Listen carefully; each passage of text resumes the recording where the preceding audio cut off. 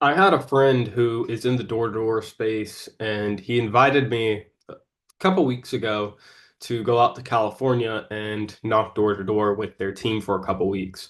So initially, I was a little hesitant. I was like, California, because I didn't even realize he had moved over there. He had just came back to Tampa, and we had hung out. But as I was thinking about it, it does position myself to have access to another network of high income earners who are at a young age like myself. So, the thing is like the most valuable thing you can have in this world is a network, is people.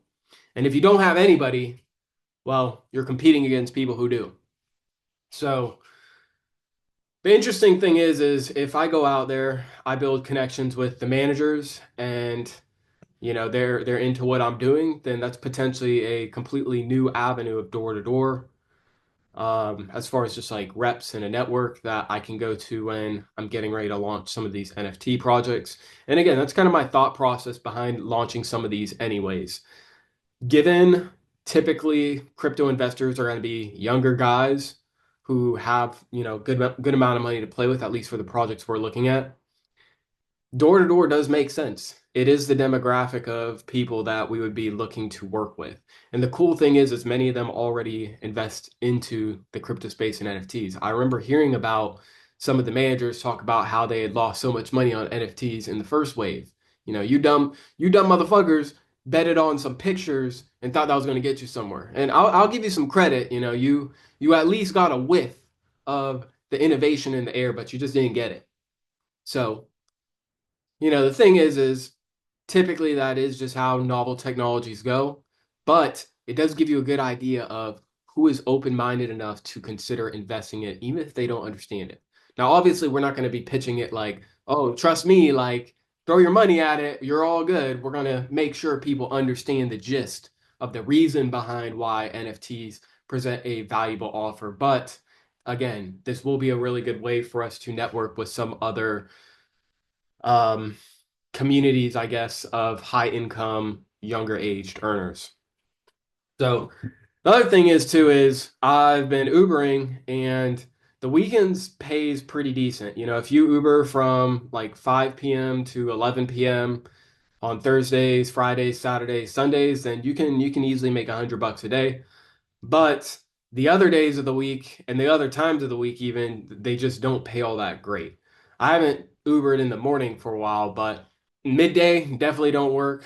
And even on like Mondays, Tuesdays, and Wednesdays, there's just not a whole lot of activity. You're not readily making new trips on the go. So the cool thing is the type of door-to-door sales this is it's solar.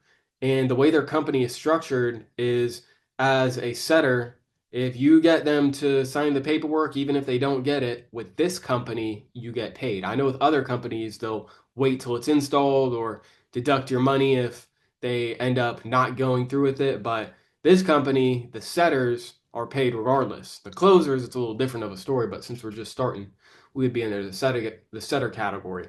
And the nice thing is you can get paid pretty lucrative amounts within the four finger range per system.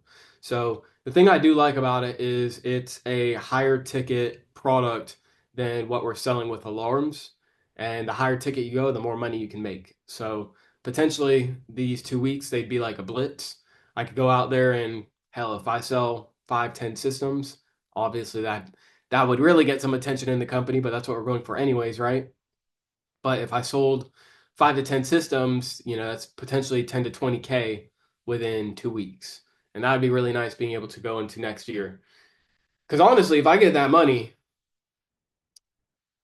I want to get out of here. I've been wanting to go to Miami for a long time. I lived there for It was kind of weird because I was there for like a month and a half, and then I left to Orlando for a little bit, and then I came back for like another month, month and a half, 2 months. So I've been there. We'll call it 2 months, maybe 3 months, but there's just something about the city. And I was downtown yesterday, and as I was delivering, I had to go over to Channelside in Tampa, and Channelside is like a little piece of Miami in Tampa, and the feeling, the vibe, the aesthetic, it brought me back. Like I need to be around that type of environment and network. And the majority of Tampa is just not like that. Obviously, the majority of Miami isn't either. But I need to be in the position where I can just live in those areas. I can be in those areas at all times and just the vibe, the people you meet. Overall, it pushes you to become better. So, depending on how we do, I mean, shoot, if I clear 20K, there's a good chance I'll be relocating to Miami. But obviously that's a huge goal. That'd be fucking crazy. Could you imagine me going out, selling 10 solar systems, getting paid 20K after just going through it for the last few months? That would be real nice.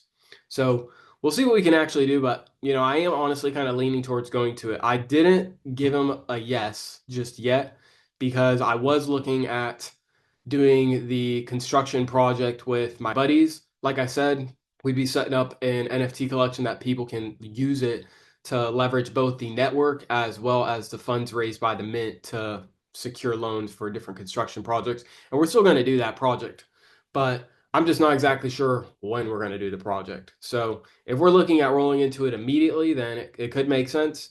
But the thing is like if I go, he said it on the phone, I said it too.